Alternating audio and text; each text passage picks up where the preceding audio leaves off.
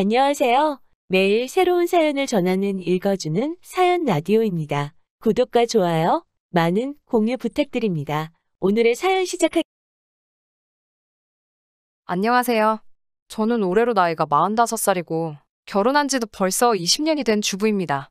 남편하고는 연애 결혼을 했어요. 연애한 기간까지 전부 합치면 함께한 지도 무려 23년이나 돼서 제 인생의 반을 넘게 함께한 길고 긴 인연입니다. 하지만 그런 남편과는 이혼을 했습니다.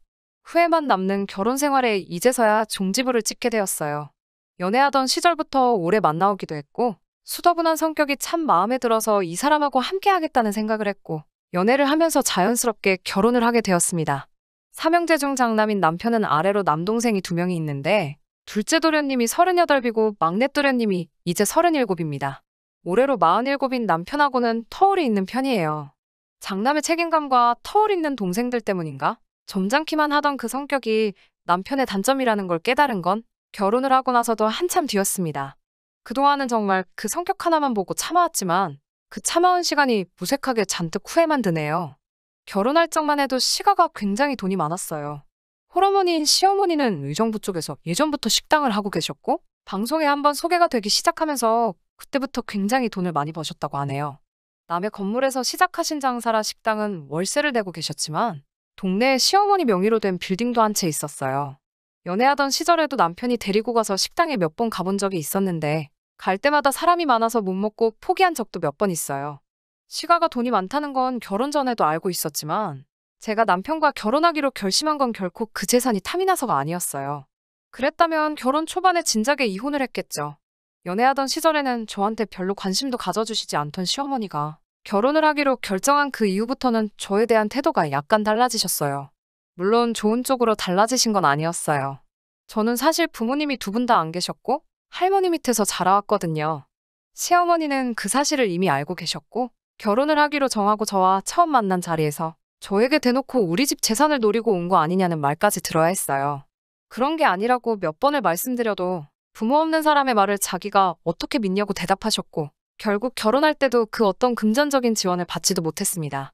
저는 그게 차라리 잘 됐다고 생각했어요. 저도 저 나름대로 혼수며 모며 할머니한테 다른 부담을 안겨드릴 필요가 없었으니까요.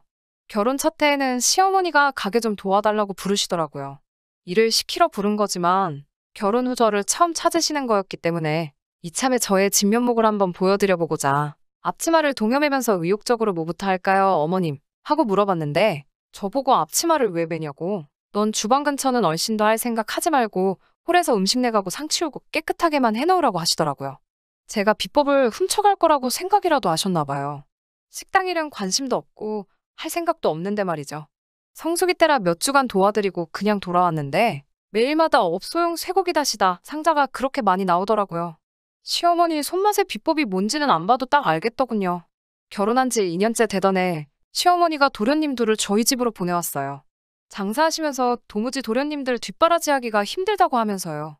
특히 재수하는 막내 도련님 좀 잘 좀 부탁한다고 하셨죠. 아예 지낼 방도 없는데 도련님 2명이 2층 침대 놓고 방을 떡하니 점령해버리는 바람에 아주 죽을 맛이었어요.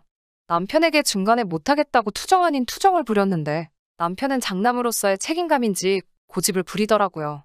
동생들이 나보다 더 소중한가 싶어 서운했는데 남편이 솔직한 심정을 이야기했어요. 아이도 태어나고 아무것도 없이 시작한 결혼 생활인데 사실 그동안 많이 부담감을 느꼈다고. 당장 제가 힘들건 이해하지만 시어머니가 아들 둘 맡겨놓고 생활비도 보태주실 거고 이참에 저도 며느리로 인정받고 해서 언젠가 이 시기만 넘기고 나면 시어머니가 나중에 우리한테 크게 한몫 챙겨주지 않으시겠냐 하면서 저를 설득하더라고요. 어차피 안 받고 시작한 거 저는 나중에라도 받아낼 생각도 없었지만 남편이 그렇게 가장이라는 직책에 부담감을 느끼고 힘들어하는지 몰랐어요. 부모님 도움 없이 우리 둘이서 사랑만으로도 살 수 있다고 생각했지만 외벌이인 남편에게는 현실의 벽이 너무 높았던 거죠. 그 모습도 안쓰럽고 해서 그렇게 도련님들 뒷바라지하면서 대학까지 전부 졸업시켜 보냈습니다. 집에서 나갈 때 고맙다는 말 한마디 없더군요. 시어머니가 생활비를 줬으니 당연한 거라고 오히려 제가 신세진 것처럼 생각하는 것 같았어요. 사실 도련님 2사람 먹성에 남는 장사도 아니었거든요. 집에 있어봐야 도련님들 뒷바라지만 하게 될 것 같아서 저도 그때부터는 아이 없고 나가서 할 수 있는 일은 전부 다 했어요. 그러니 시어머니한테 돈은 있는 대로 받아놓고 저는 꼴랑 빈방 하나 내줬다는 정도로만 생각하더군요. 그렇게 열심히 일하고 아끼고 모아서 서울 변두리기는 하지만 아파트도 저희 명의로 하나 갖게 되었습니다. 에어버가며 일해번 돈, 쓰고 싶을 때 아낀 돈 모아서 산 아파트인데 시가에서는 자기가 보내준 생활비로 샀다고 생각하더라고요. 도련님들도 대학을 졸업하고 저희 집에서 다 나가게 되었고 어차피 이제 안 볼 사람들이다라는 생각에 그냥 앞으로 좋은 일만 생각하자고 했어 무시했어요. 시어머니는 여전히 돈이 많으셨지만 당시 시어머니의 식당은 장사가 계속 잘 되지만은 않았어요. 한자리에서 오래 해서 단골 손님은 많았지만 시대가 빠르게 변하면서 더불어 빠르게 바뀌어가는 사람들 입맛을 잡을 수는 없었나 봐요. 어느 날 시어머니가 저희 집에 오셨어요. 집들이 할 때도 오신 적이 없는데 느닷없는 방문에 저나 남편이나 많이 놀랐었죠. 무슨 일인가 해서 같이 앉아있는데 시어머니는 며느리는 집안일에서 빠지라고 하시면서 저보고 자리를 물러달라고 하셨어요. 그날 시어머니가 남편에게 부탁해온 내용은 정말 말도 안 되는 이야기였습니다. 저희 아파트를 담보로 대출을 받아오라고 하셨다더군요. 빌딩도 가지고 계신 분이 왜 우리 돈이 필요하냐고 바락바락 우기면서 말렸죠. 시어머니는 장사가 안 되는 식당에 월세로 나가는 돈이 많다고 하시며 식당을 본인 소유 빌딩으로 옮기려고 한다 하더라고요. 인테리어며 시설이며 다 새로 하셔야 하는데 돈이 모자라서 저희 보고 대출을 받아오던지 집을 팔아보태던지 하라고 하신 거였어요. 이 집을 자기가 해준 거나 마찬가지라고 하셨다나요. 저는 끝까지 반대했지만 남편은 저 몰래 대출을 받아서 시어머니의 뜻을 따랐어요. 이때 이혼해버렸어야 하는데 하는 생각이 들 때도 있습니다. 남편이 저 몰래 대출을 받은 사실을 알게 된 날 시어머니 식당으로 쳐들어가서 배 깔고 누웠죠. 애초에 이 자리가 시어머니 평생을 바쳐 일궈온 자리인데 뭐하러 내 돈까지 들여가면서까지 처음부터 새로 시작하시냐고 한마디 했죠. 시어머니가 너같이 대학물도 못 먹어본 게 어찌 큰 뜻을 이해하겠냐고 면박을 주시더군요. 대학물 안 먹은 건 시어머니도 마찬가지고 제 남편도 동생들 뒷바라지 한다고 대학교 문턱도 밟아본 적 없는 사람이거든요. 이 자리에서 월세로 나가는 돈이 얼만지나 아냐며 면박을 주셨어요. 건물주가 올려달라는 대로 다 올려줘야 되는 와중에 내 건물 냅두고 왜 남의 건물 잘 되게 도와주냐는 듯이 이야기하셨어요. 월세가 얼만지나 아냐고 하면서요. 감히 대학교도 안 나온 제가 배운 사람 뜻을 이해하겠느냐며 가게를 옮기는 건 막내 도련님의 아이디어였다는 걸 알려주시더군요. 식당이 망하든 말든 저는 아무 상관도 없었는데 왜 제 돈 가지고 그러냐고 저는 그렇게는 죽어도 못한다고 소리를 지르면서 결사반대를 했죠. 그 과정에서 시어머니와 심한 대화가 오고 갔고 결국 연을 끊는다는 이야기까지 오고 갔습니다. 저는 그럴 거면 그러라고 했어요. 다행히 남편이 가져간 돈은 돌려받았습니다. 저에게 그때 그 서울 변두리의 싸구려 아파트는 저의 인생 모든 것이나 마찬가지였어요. 이 아파트 하나 말고는 내가 가진 거 아무것도 없었으니까요. 남편의 가족보다 제가 가지고 있는 재산을 택했습니다. 남편은 제가 경솔했다고 여태까지 힘들게 두 도련님 뒤치다꺼리하면서 대학 보내놓은 게 다 허사가 됐다면서 제 탓을 했습니다. 시어머니도 이제 곧 은퇴할 텐데 건물이 됐든 식당이 됐든 아파트가 됐든 그 전부가 우리 것이 될 수도 있었는데 제가 그 푼돈에 눈이 멀어서 다 말아먹었다고 하더라고요. 그리고 그게 우리 돈이지 왜 네 돈이냐고 하냐는 식으로 저를 꾸짖었습니다. 남편 말에도 일리가 있다는 생각에 여태까지 참아오며 고생한 거 허서로 만들었다는 그 말이 정말로 제가 경솔했나 싶기도 했지만 그래도 이제 시어머니 두 도련님의 그림자도 볼 일이 없게 되었으니 속 하나만큼은 너무 후련하더라고요. 대학물 먹은 막내 도련님의 아이디어는 별거 없었습니다. 제가 말한 대로 그나마 단골이라고 자주 오던 손님들은 단지 위치적으로 가까워서 오던 손님들이었어요. 다시다로 맛을 낸 식당이 딴 데 가면 또 없는 것도 아니고 아무 데서나 먹을 수 있는 비슷한 맛을 찾으러 동네 구석까지 손님들이 찾아올 이유가 없었죠. 그렇게 시어머니는 서서히 여태 쌓아오신 돈을 잃어가고 있었어요. 그러면서 사건이 하나둘씩 터지게 됩니다. 대학물을 실컷 드신 둘째, 막내 도련님이 둘이서 사업을 할 거라고 까불고 다니면서 결국 시어머니의 그 자랑스러운 건물까지 날리게 되고 식당도 장사가 안 돼서 결국 문을 닫게 되었습니다. 여기저기 가지고 있던 땅이며 기타 소소한 재산들은 두 도련님들이 번갈아 가면서 다 날려먹으시고 시어머니 손에는 서울 편두리에 구해둔 1억 5천짜리 아파트 하나만 남게 되었답니다. 시어머니 전 재산 날려먹은 잘난 두 도련님은 더 이상 빨아먹을 게 없어졌다고 생각했는지 어느 날부터 코빼기도 안 비치고 연락도 한 통 없었나 봐요. 식당이 망한 후 무릎까지 안 좋아져 거동도 불편해진 시어머니는 결국 영 끊고 살던 저희 부부를 찾으신 거예요. 시어머니가 저한테 그땐 미안했다고 제 말을 들을 걸 그랬다며? 자식들 다 잘못 키우고 돌이켜보면 저만한 며느리가 없다고 하시며 제 눈치까지 보셨어요.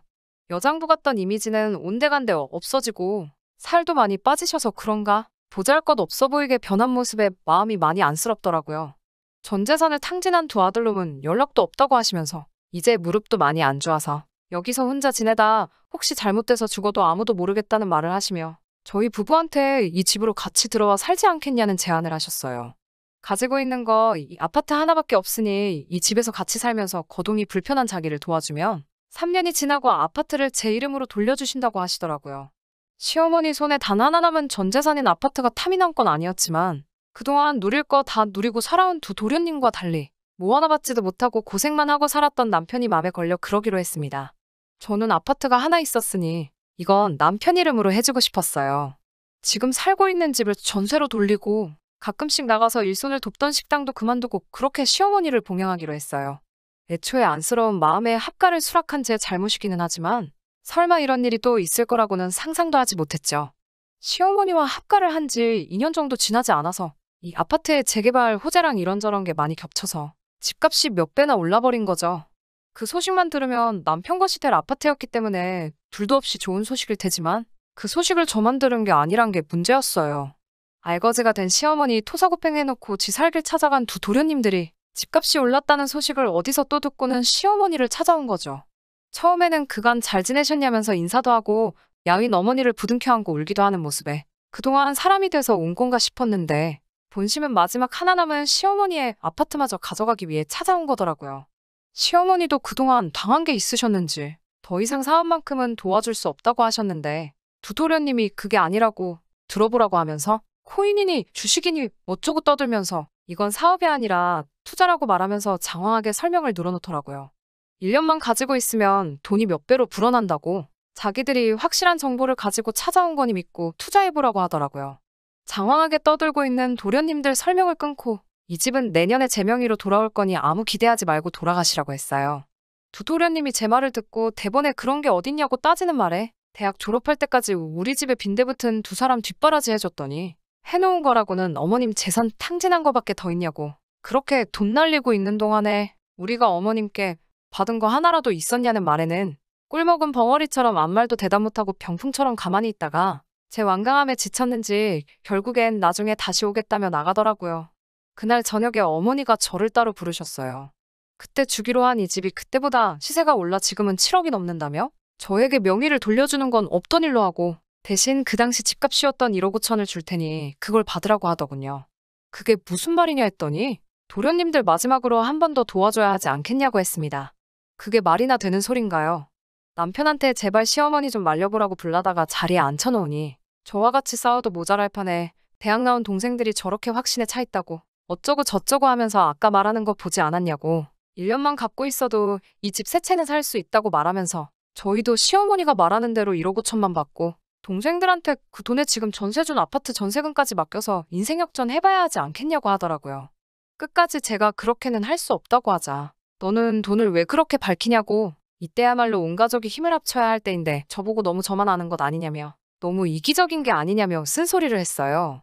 동생들이 시키는 대로만 해도 우리가 20년 동안 모은 돈의 몇 배를 1년 만에 벌게 되는 거라고 오히려 시어머니랑 도련님 편을 들면서 저를 설득하려고 하더군요. 여태까지 20년을 참아온 모든 게 무너지는 것 같았습니다. 저는 모든 걸 포기해버렸어요. 그래서 이 집은 어머님 거니까 어머니 알아서 하시라고 했어요. 삼형제에게 똑같이 나눠주시든 나이 순으로 차등을 두시든 학력 순으로 나눠주던지 알아서 하시라고요.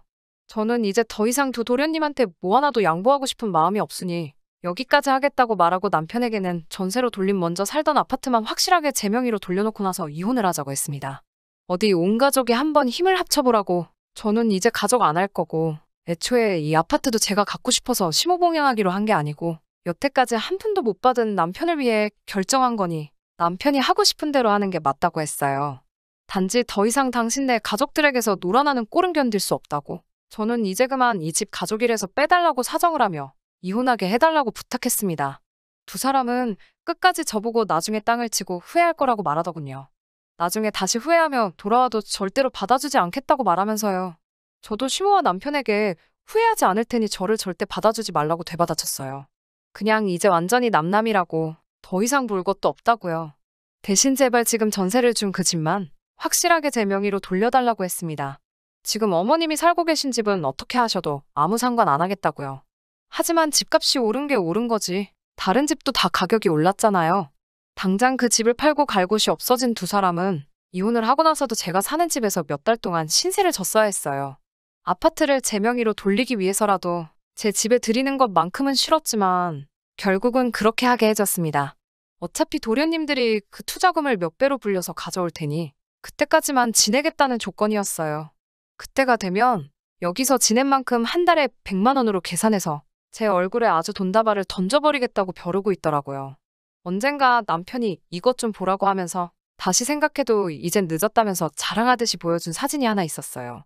진짜 두 도련님이 웬일로 그 투자금을 2배 넘게 불려놓았더라고요. 하지만 아쉽지 않았습니다. 그때 남편이 너는 진짜 후회하게 될 거라고 으름장을 놓으며 보란 듯이 이혼 서류에 사인도 했고 아파트도 결국 그날부로 제 명의로 돌려놓아줬으니까요. 하지만 돈 날리는 재주만큼은 기가 막혔던 두 도련님은 그날로부터 3개월도 안 돼서 15억이라는 돈을 7천만 원으로 만들어버리는 기적을 행하더군요. 그 7천만 원도 두 도련님이 몰래 둘이서 나눈 건지 어느 날 연락도 없이 날라버렸고 남편과 시어머니는 그제서야 제 다리를 붙잡으면서 제발 자기들 살려달라고 이제 갈 곳도 없다고 자기들을 이렇게 버릴 거냐며 울고불고 난리였어요. 이 집을 살 때 남편이 고생한 점도 있으니 제 이름으로 대출을 300 정도 받아서 이걸로 다시 일어나 보라고 하고 이제 저와는 제발 연 끊고 살자고 하고 내쫓아버렸습니다.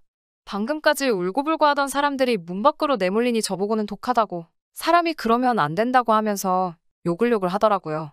그렇게 큰 소리를 치더니 아파트 현관 앞까지 가서는 다시 또 제발 우리 좀 살려달라고 비는데 신기하게도 일말의 미안한 마음도 들지 않았습니다. 저희 아들도 아빠의 모습에 질렸는지 진작에 그랬어야지 뭐 일이 오래 걸렸냐고 제 편이 되어주네요.